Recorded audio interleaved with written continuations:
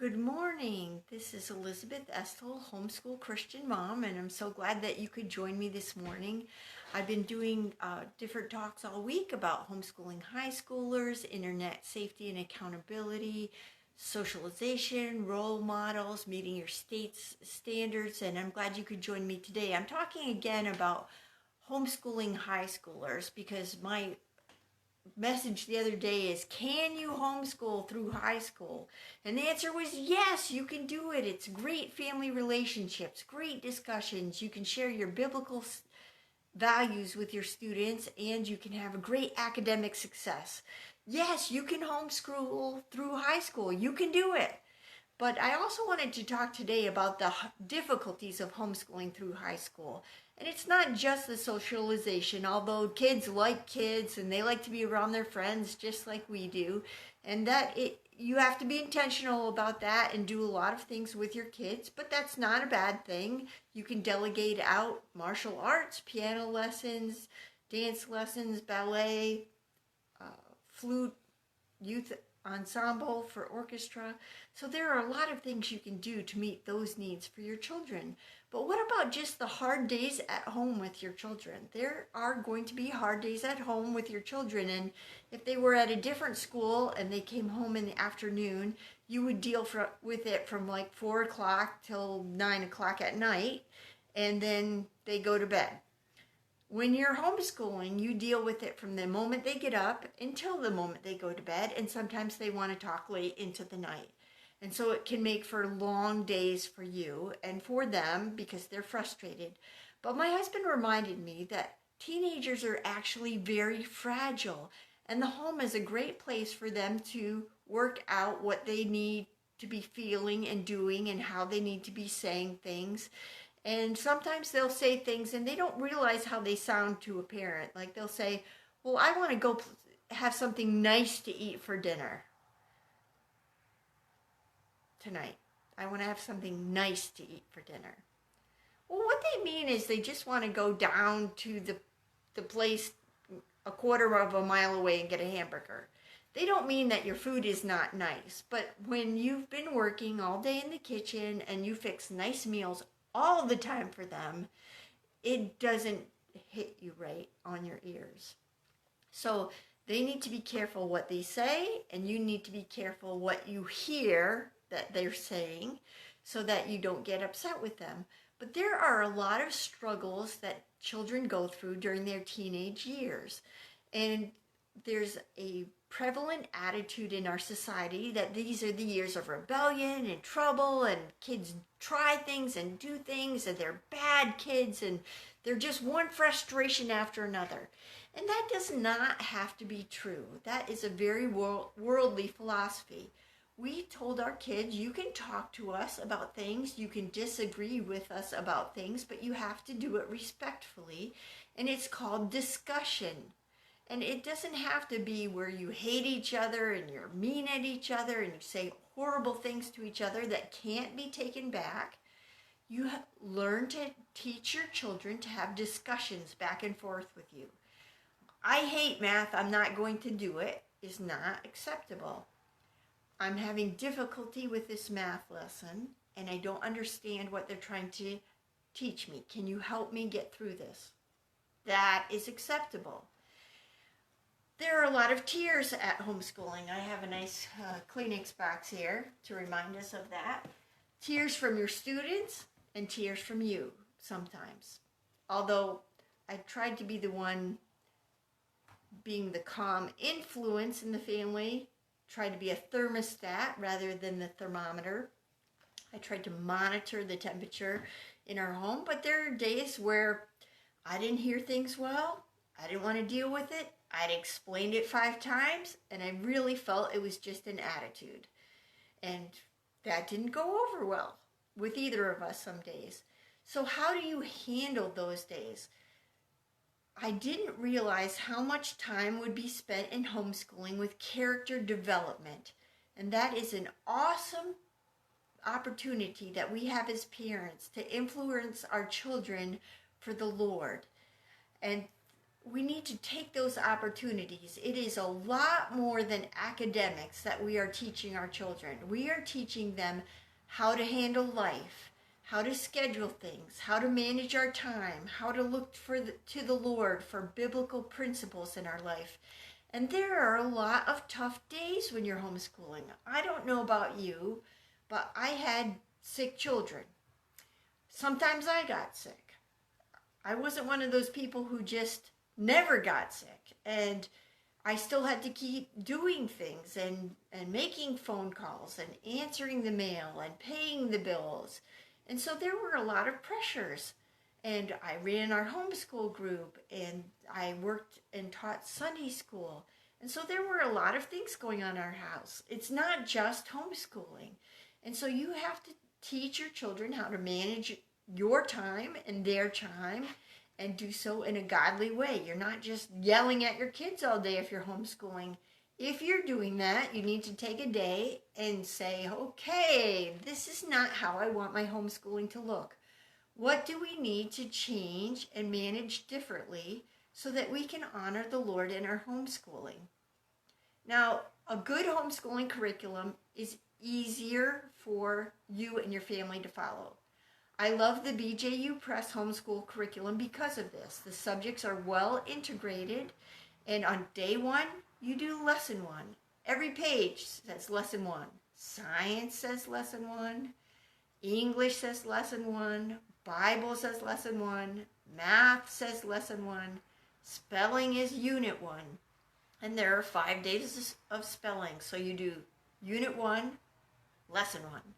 And it makes it easier. Now I know not everyone gets a boxed curriculum or does it like that, but get the program that works well for you and your family so that you can manage that well. And so when things happen that are not going well, you can call a family meeting at the kitchen table and say, whoa, something is happening here. What's going on? Is there some dynamic I'm not catching on to here? We need to regroup and find out what's going on. And you can't just say, well, I'm having a bad day. The Lord doesn't make bad days.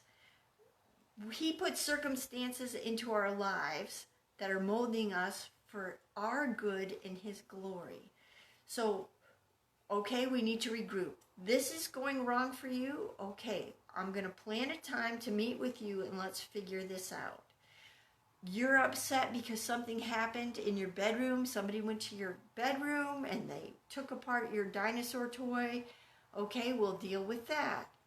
Okay, you're going to have to clean up this for your brother. Oh, you don't want him in your room anymore? Okay, well, he's going to have to do 20 minutes of extra chores for me in the kitchen because he violated that rule with space and your time. Okay, we've taken care of that. But you're trying to teach your children more about life and God and the academics all at the same time. So homeschooling is hard. There's a lot going on. So I also have this wonderful Bible and Bible case here. My husband did the leather engraving on the Bible case for me, a deer. And I have my Bible in here. And that's a reminder that we need to go back to what the Lord wants for our home and help manage that. And I know there are tough days, and I'm painting sort of an idyllic picture of some of these days. But I've been there. I homeschooled 4 strong-willed children. Some of them had some special needs with their reading and their math. And so, and speech and other things that we worked through. And you can do it too, but you have to be determined that, okay, we're going to figure this out, how to make it work well for our family. So that there are good discussions, there are good family relationships. When there's problems, your kids come to you for answers. They don't go to the world for answers. They go to the Bible for answers. So when our children are little, they are parent-directed. When they're growing up, you want them to be self-directed, and your goal for them is that they seek God's direction in their life. And we're always praying for their hearts because that's really what we're trying to reach with them. So yes, there are hard days homeschooling, but you know what? There would be hard days if your kids were in public school. And you would be dealing with things that maybe you wouldn't want to deal with. You may end up, well, you will end up talking about the choices people make with the girls sleeping with their boyfriends, or choosing or not choosing abortions. But you don't want to be having those discussions necessarily with your fifth grader, and that's the kind of thing that will be brought up in the public school setting. Things are brought up at an age inappropriate level, and you want to bring up and teach those things at an age appropriate level with your children. But things do get brought up all the time, and you want to make sure you have a biblical worldview. I have that book in the background, Biblical Worldview Textbook from BJU Press Homeschool. I highly recommend every family get this book and go through it. It is so well thought out. It talks about what we are really looking at for biblical principles for our lives and family, the culture today, and it deals with very difficult subjects from a biblical perspective, and it's a great book. I'll just say that. I think I've done 5 YouTube videos on the first 2 chapters because it's just a good book, and we need to have the biblical foundation in our families. If you have a good church near you, great. You'll be getting a lot of good teaching and support that way. If you don't, find one. If you're not in a good co-op, find one. These are invaluable resources for both you and your children. So are there hard days homeschooling high schoolers or any children? Yes, there are, but it doesn't mean that you can't do it. It means you handle it differently. It means when there are tears and struggles and trials, you pause your day, you get to the kitchen table, you regroup, you pray together, and then you go back and start again with your day and how you're managing it. And some days that takes 10 minutes, and some days it takes over an hour. But it doesn't mean it shouldn't be done, and it doesn't mean it can't be done. So I really want to encourage you, if you're homeschooling high schoolers, hang in there. The fruit is like the fruit of a garden. It grows and grows. We see the weeds. A lot of times we look at the weeds, but the fruit is coming, and we need to hang in there and know that the Lord is holding on to us. We see ourselves as hanging on. The Lord sees us as being in the palm of his hand, helping us.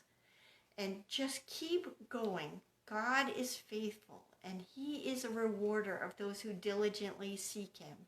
And he loves you, and he loves your children, and he wants you to be successful.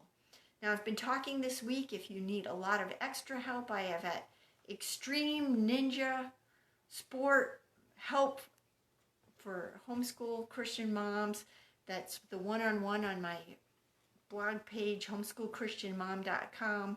If you want to message me or comment, I can help you.